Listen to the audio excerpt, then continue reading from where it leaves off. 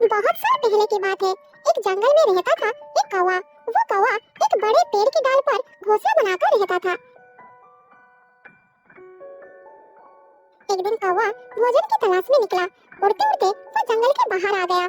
तभी उसे बहुत प्यास भी लगी। पानी की प्यास से वो इधर उधर पानी ढूंढने लगा, लेकिन उसे कहीं भी पानी नहीं मिला। पानी ना मिलने के कारण उसे चक्कर आने लगा। फिर वो थक कर एक पेड़ के नीचे उतर आया।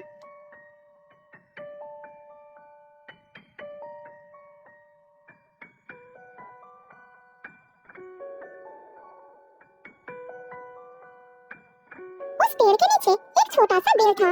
उस बिल में एक चूहा रहता था।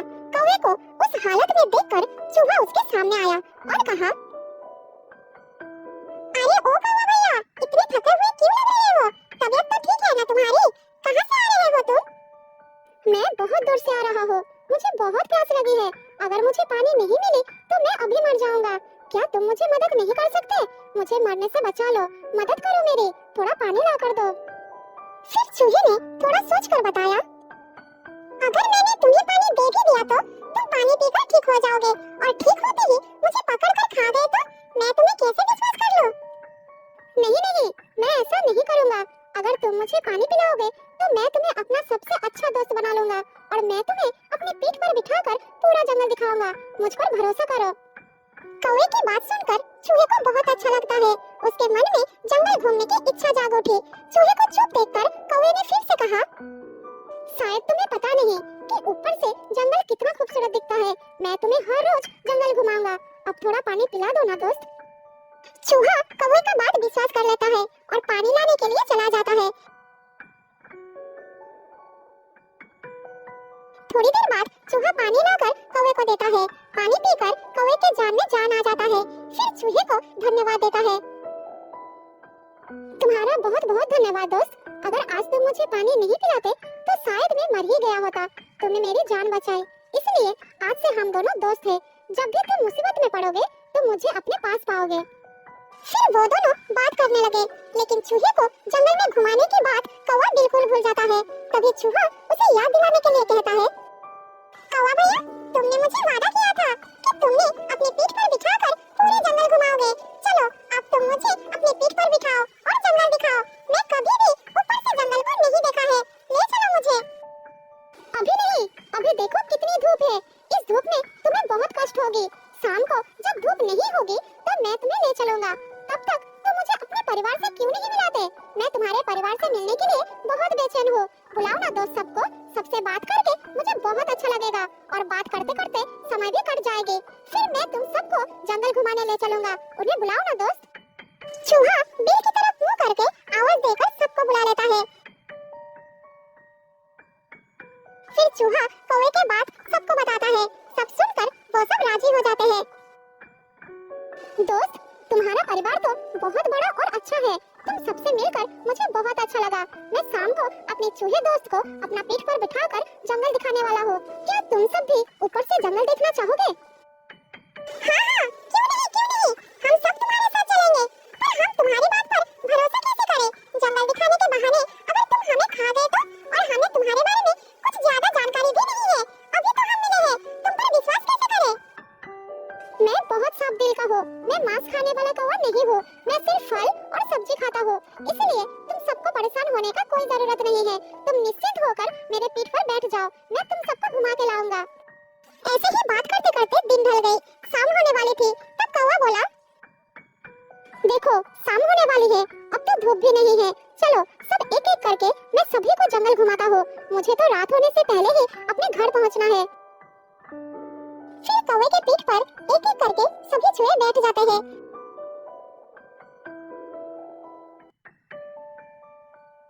कौवा एक चूहे को अपनी पीठ पर बैठाकर ले तो जाता, लेकिन उसे वापस नहीं लाता। ऐसे ही चलता रहा।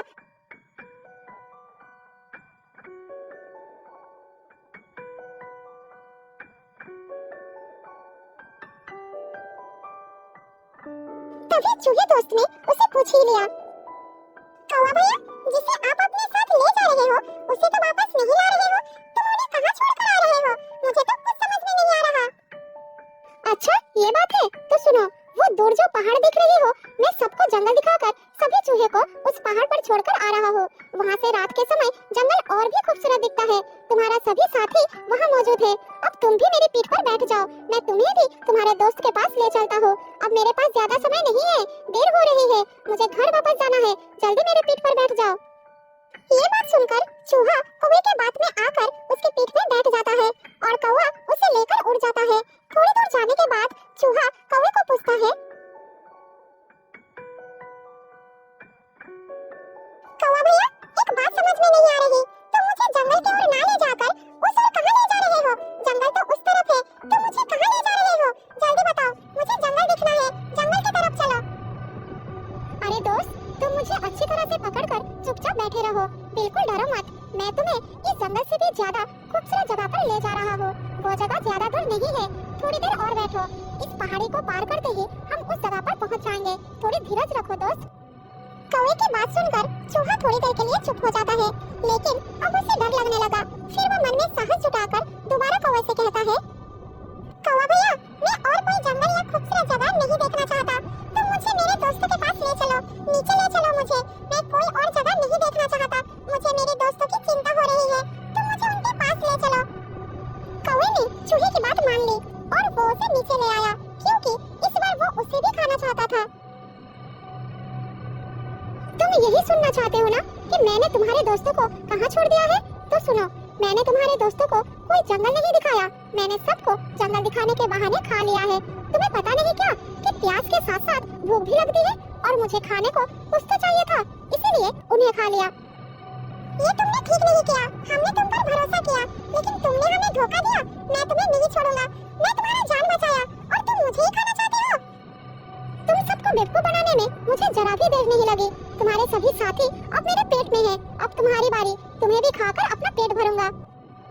कौवे की बात सुनकर चूहे को बहुत गुस्सा आता है। वो अपने गुस्से पर काबू नहीं रख पाया, फिर वो दौड़ा और अपनी नुकीली दांतों से कौवे का गला पकड़ लिया।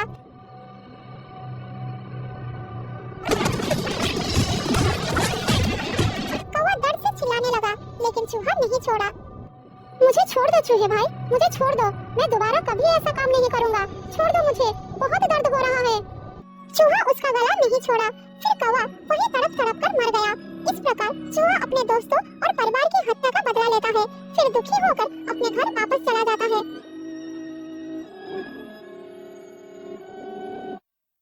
बहुत साल पहले की बात है, सुंदरवन नाम का एक बहुत बड़ा हरा भरा जंगल था। उस जंगल में बहुत सारा जानवर अपने राजा के साथ मिलजुल कर रहते थे। उस जंगल का राजा था शेर सिंह। वो जंगल के जानवरों की अच्छी तरह से देखभाल करते थे। शेर सिंह जानवरों की कोई भी मुसीबत में मदद करते थे। इस प्रकार उस जंगल में सभी जानवरों के दिन अच्छे से बीत रहे थे।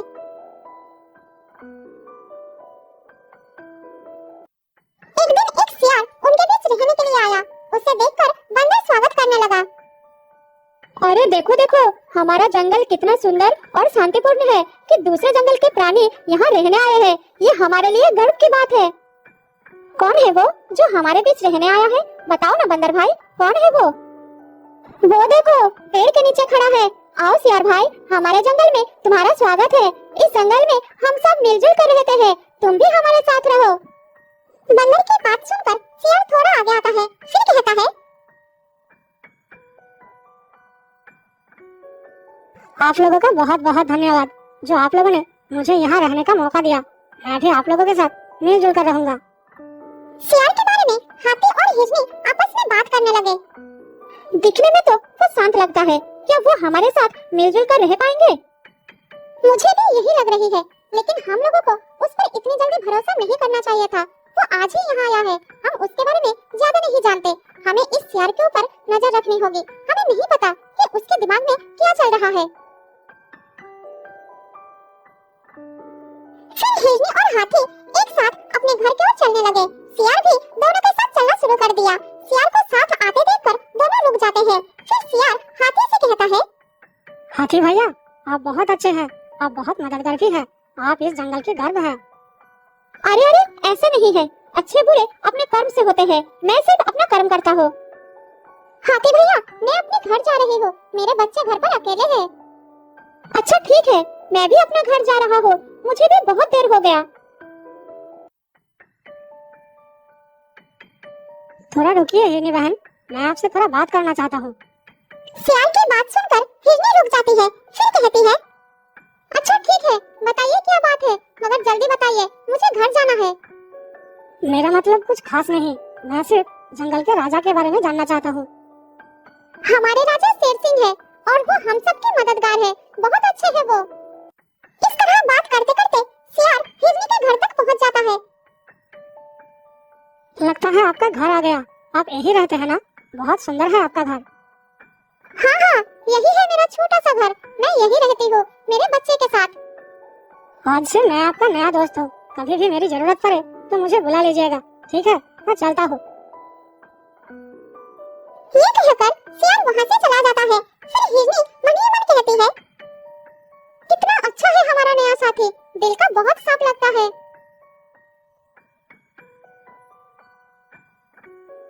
इस तरह कुछ दिन बीत जाने के बाद जंगल से एक एक करके जानवरों के बच्चे गायब होने लगे।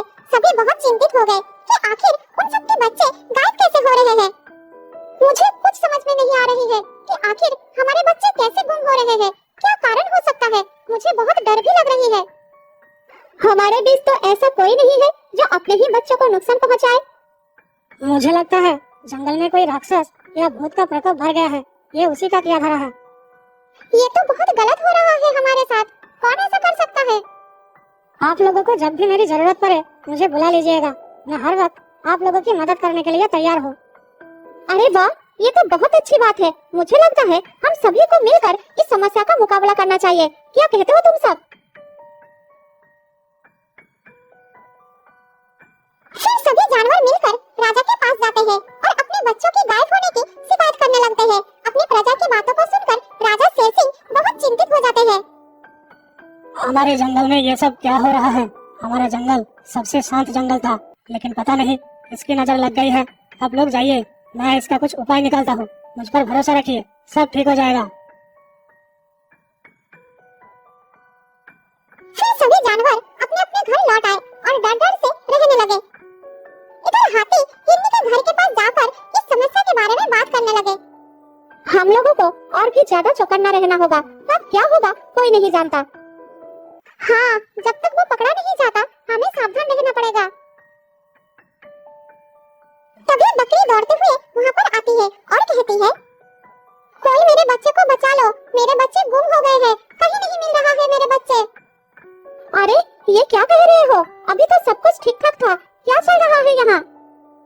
हाँ, थोड़ी देर पहले मैं अपने बच्चे को घर पर छोड़कर कुछ काम से बाहर गई थी और इसी बीच मेरे बच्चे गायब हो गए। चारों तरफ ढूंढ लिया लेकिन वो कहीं नहीं मिला। अब मैं क्या करूँ, कहाँ जाऊँ? बच्चे अचानक कैसे गायब हो रहे हैं? हे भगवान, क्या हो गया है हमारे जंगल को? अब मुझे भी अपने बच्चे के लिए बहुत डर लग रही है। मुझे लगता है हमारे बीच कोई जासूस है जो हमारी पल पल का खबर हमारे दुश्मनों तक पहुंचा रहा है। हमें पहले इस बात का पता लगाना होगा। ये बात तो तुम सही कह रही हो, मुझे भी इस बात पर शक हो रहा है। ठीक है, मैं अपने घर के अंदर जा रही हूँ। मेरे बच्चे भी घर पर अकेले हैं, वो बहुत डरे हुए हैं। ये कहकर वो सब अपने अपने घर चले जाते हैं।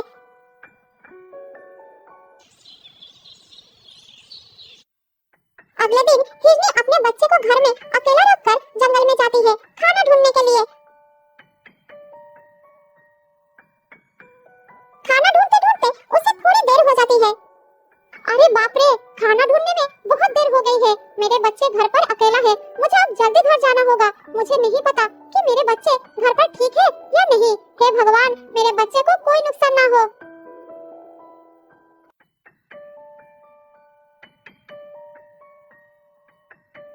हिरनी घर लौटती है। अंदर जाकर वो अपने बच्चे को नहीं देख पाती, फिर बाहर आकर रोने लगती है।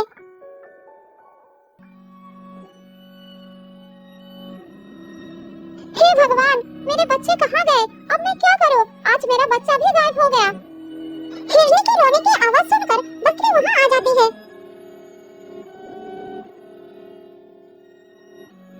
क्या हुआ हिरनी बहन, तुम रो क्यों रही हो? मेरे बच्चे भी आज गायब हो गया। मैं जंगल में गई थी कुछ खाना लाने के लिए, वापस आकर देखा कि मेरे बच्चे घर पर नहीं है। अब मैं क्या करूं? शोरगुल सुनकर हाथी भी वहाँ पर आ गया और पूरी कहानी जानने के बाद वो कहता है, जो भी ये काम कर रहा है वो बहुत गलत कर रहा है। एक बार वो जालिम पकड़ में आ गया तो मैं उसे पटक पटक कर चटनी बना दूंगा। बात करते करते जानवरों को सियार पर शक हो जाता है और वो सब इसकी शिकायत राजा से करने जाते हैं। महाराज, हमें तो पूरा शक है कि वो सियार हमारे बच्चों को शिकार बना रहा है। वो बहुत शातिर है, कोई सबूत नहीं छोड़ रहा। मुझे भी उस पर शक है महाराज, क्योंकि उसके आने के बाद से ही जंगल में ये सब हो रहा है। हमें पूरा यकीन है कि ये सब उसका ही किया धरा है। मैं समझ गया, लेकिन किसी के शक के आधार पर मैं उसे दंड नहीं दे सकता। मैं एक राजा हूँ, आप लोग उसके खिलाफ सबूत दीजिए तो मैं उसे जरूर सजा दूंगा, क्योंकि सजा सबूत के आधार पर दिया जाता है। महाराज शेर सिंह की बात सुनकर सभी जानवर बहुत निराश हो जाते हैं। फिर वहाँ से लौटकर आपस में बात करने लगते हैं। अगर उसके खिलाफ हमें कोई सबूत मिल जाए तो मैं अकेला ही उसका काम तमाम कर दूंगा। फिर राजा के पास जाने की जरूरत ही क्या रहेगी। तुम बिल्कुल सही कह रहे हो। हम लोग राजा के पास बहुत उम्मीद लेकर गए थे कि वो हमारी मदद करेंगे, मगर उन्होंने ऐसा बिल्कुल नहीं किया। हम लोगों को राजा बदल देना चाहिए। ऐसी राजा का क्या लाभ जो हमारी मदद नहीं कर सकते। हाथी भाई, आप हमारे राजा बन जाइए। देखो भाइयों, अभी हमारे पास राजा के खिलाफ काम करने का वक्त नहीं है। हम लोगों को अभी बिना समय गवाए उस दरिंदे को पकड़ना है जो हमारे बच्चे को मार रहा है, नहीं तो वो हमें और भी नुकसान पहुंचाएगा। अरे वो सियार ही है जो ये घिनौना काम कर रहा है, उसे तो सजा मिलना ही चाहिए। अरे बहन, हमने उसे ऐसा काम करते हुए नहीं देखा है। अब हमें उसे रंगे हाथों पकड़ना होगा, उसके बाद ही उसे सजा मिलेगा। तो ठीक है, हम सब उसे पकड़ने की योजना बनाएंगे। जिसकी योजना अच्छी होगी उस पर हम काम करेंगे। चलो राजा के पास चलते हैं। योजना के अनुसार बंदर सारे जंगल में राजा के पास बैठक की घोषणा करता है। फिर सारे जानवर राजा के पास चलने लगते हैं। इधर सियार झाड़ियों में छुपकर सारी बातें सुन लेता है। राजा के पास बैठक है, चलो मेरे लिए तो अच्छा है। आज मैं फिर एक को अपना शिकार बनाऊंगा। फिर सियार अपना शिकार ढूंढने के लिए आगे बढ़ता है। इधर सारे जानवर मिलकर शेर सिंह को सियार के खिलाफ सबूत दिखाते हैं और उसे रंगे हाथों पकड़ने के लिए कहते हैं। फिर शेर सिंह जानवरों की बात मान लेते हैं और चोरी छुपे सियार के पीछा करने लगते हैं।